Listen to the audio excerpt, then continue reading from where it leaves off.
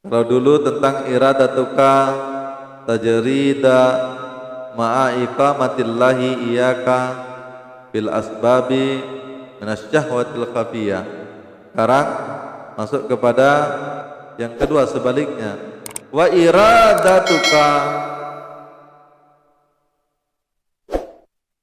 al asbabi ma'a iqamatillah iyaka bitajridi in hatata anil himmatil aliyah.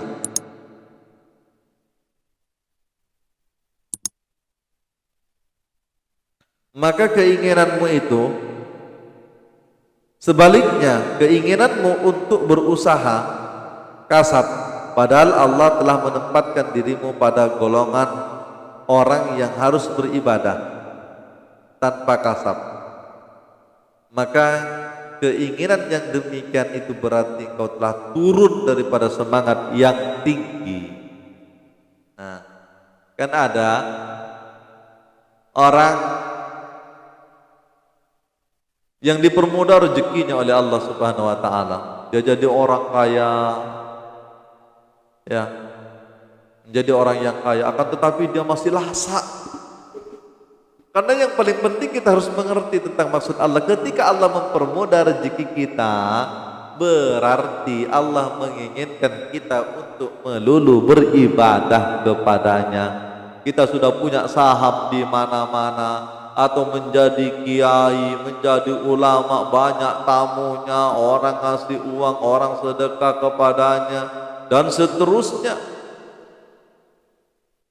Tanpa bekerja peras keringat banting tulang, dia sudah dijamin rezekinya oleh Allah Subhanahu wa taala. Nah, di posisi yang demikian itu, ketika seorang hamba yang demikian itu yang sudah ditempatkan di makam yang seperti itu, kemudian dia berkeinginan untuk bekerja, untuk berusaha, ini telah turun daripada semangat ke makam yang lebih rendah. Maka itu terkadang orang yang kaya dengan orang yang miskin, ataupun orang yang alim dengan orang yang bodoh. Katanya orang alim, enaklah jadi orang ngapa, jadi orang ngapa, jadi orang bodoh, jadi orang awam mah enak juga ya. Padahal dia sudah pintar. Enak juga ya jadi orang miskin, padahal dia sudah dikayakan oleh Allah. Ya, enggak capek-capek, malam tidur nyenyak dia, awak kaya, sampai meninggalkan salat umpamanya. Lah ini, orang ini telah menurun daripada makam yang tinggi, padahal Allah telah menempatkan di tempat yang tinggi. Dia sudah dimudahkan, sudah punya omset di mana-mana, atau dia sudah diberikan ilmu oleh Allah Subhanahu wa taala menjadi orang yang alim, punya ijazah yang tinggi, punya pengaruh yang tinggi, masih mau dia bekerja. Ini namanya enggak ngerti dengan maksudnya Allah kepada dirinya. Dia enggak ngerti dengan pekerjaan Allah Subhanahu wa taala. Dia tidak mengerti dengan kehendak Allah Subhanahu wa taala. Hanya tuduh menuduh, karena dia mengatakan bahwasanya menjadi orang yang miskin itu lebih enak. Artinya apa? Dikasih miskin, dikasih kaya, dikasih sulit, dikasih lapang oleh Allah Subhanahu wa taala. Kalau orang yang memang antang imannya, sudah jalan saja. Kita tahu kan bagaimana Nabi Ayub diuji dengan boroknya. Ya, ketika dia mau salat, dia ambil ulat-ulat di badannya, kemudian dia taruh.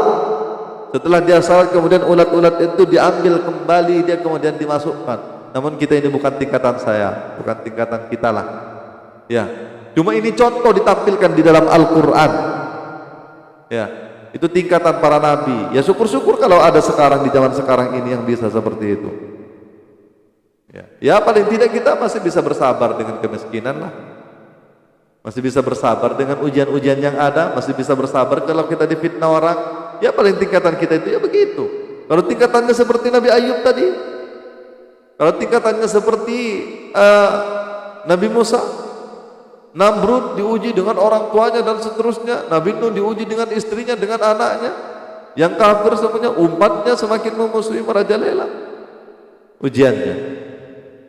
Makanya kebesaran seseorang itu bergantung besar atau tidaknya ujian Allah Subhanahu wa taala.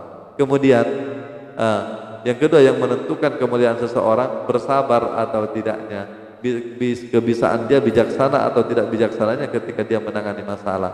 Maka sebesar itulah Allah berikan pangkat kepada seorang hamba tersebut. Ini sebaliknya nih, sebaliknya terkadang orang yang miskin berambisi menjadi orang yang kaya. Nah, keinginan-keinginan itu sampai mengantarkan dia kepada melakukan kejahatan dan atau menjadi jalan-jalan pintas, ngerampok, kan? Ngerampok, maling, dan seterusnya, dan seterusnya. Padahal Allah menempatkan dia di tempat yang kasab, dia harus berusaha. Atau dia berkeinginan untuk menjadi orang yang ahli taat, alangkah enaknya nih saya nih kalau saya seandainya kaya bisa beribadah. Ini banyak nih, ini yang banyak nih di lapangan. Oh, alangkah senangnya lah saya kalau saya banyak duit, orang itu beribadah luar biasa. Itu termasuk suara syahwat, suara nafsu syahwat kita yang harus kita kendalikan. Emang nggak bisa kita menjadi orang yang miskin, menjadi orang miskin itu kita taat kepada Allah? Coba, lo masa mau ngatur Allah? Coba lo pikir-pikir, kalau saya kaya nanti baru saya mau sholat. Subhanallah, emang ente semiskin apa sih sampai nggak bisa sholat? Coba, masa mau sampai ngajarin Tuhan? Kalau sudah kaya nanti saya sudah senang saya akan melakukan ibadah. Taunya seperti Sa'labah terakhir. Setelah diberikan kekayaan, diberikan binatang ternak oleh Allah Subhanahu wa taala, setelah itu justru dia jauh daripada Allah Subhanahu wa taala. Syahwat itu sudah di zaman sahabat cerita itu. Masih begitu yang tebel-tebelnya iman. Apalagi di zaman kita sekarang ini coba. Na'udzubillahi min dzalik, na'udzubillahi min dzalik. Karenanya yang bagus gimana? Ya sudah jalani hidup kita ini. Ya. Kalaupun kita berkeinginan untuk pindah atau merubah nasib, tapi jangan dengan diri kita. Itu saja. Tetap dengan Allah Subhanahu wa taala. Sehingga kita berpindah tetap bersama Allah. Jadi orang kaya kita tetap bersama Allah, jadi orang miskin kita tetap jadi orang kaya. Sebab ada kalanya Allah pindah. Orang yang dulunya dipermudah rezekinya kemudian dijadikan miskin. Orang yang dulunya alim dihormati menjadi terhina. Namun kalau orang imannya stabil, dia dipuji manusia, diagungkan manusia, dihormati manusia ataupun tidak, dia tetap dia mengabdi kepada Allah Subhanahu wa taala. Itu orang bertauhid itu seperti itu. Dihinakan atau tidak, difitnah atau tidak, dia tetap dalam kesabaran. Mau kaya atau miskin, kaya sabar, miskin sabar. Artinya sabar, menjadi orang yang kaya itu sabar. Biasanya orang yang kaya itu kan berlagu, emosinya rentan, sombongnya banyak, ya suruh mengeluarkan zakat payah. Penyakit yang paling besar kepada orang yang kaya yaitu adalah suruh mengeluarkan zakat 2,5%. Ya, apalagi punya kekayaan poin 1 triliun, 2,5%-nya berapa tuh? 1 triliun, ya sekitar 100 jutaan lah.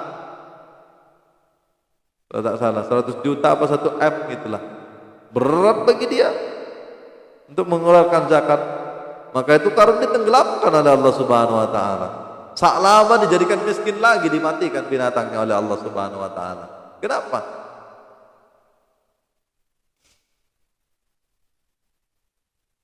Karena dia kufur terhadap nikmat Allah Subhanahu wa taala. Sehingga Allah ambil dengan caranya. Demikian juga orang yang sombong, dia sudah dijadikan wali, ya. Dia sudah dijadikan wali, akan tetapi dia sombong. Dan kewaliannya dia akan turunkan dan dihinakan oleh Allah. Yang mulia bisa terhina, yang terhina bisa mulia. Kalau sandarannya kepada Allah Subhanahu wa taala. Mudah-mudahan ada hidayah, mudah-mudahan cerita ini masuk ke dalam relung hati kita sehingga menjadi tingkah lakunya hati. Itulah lakunya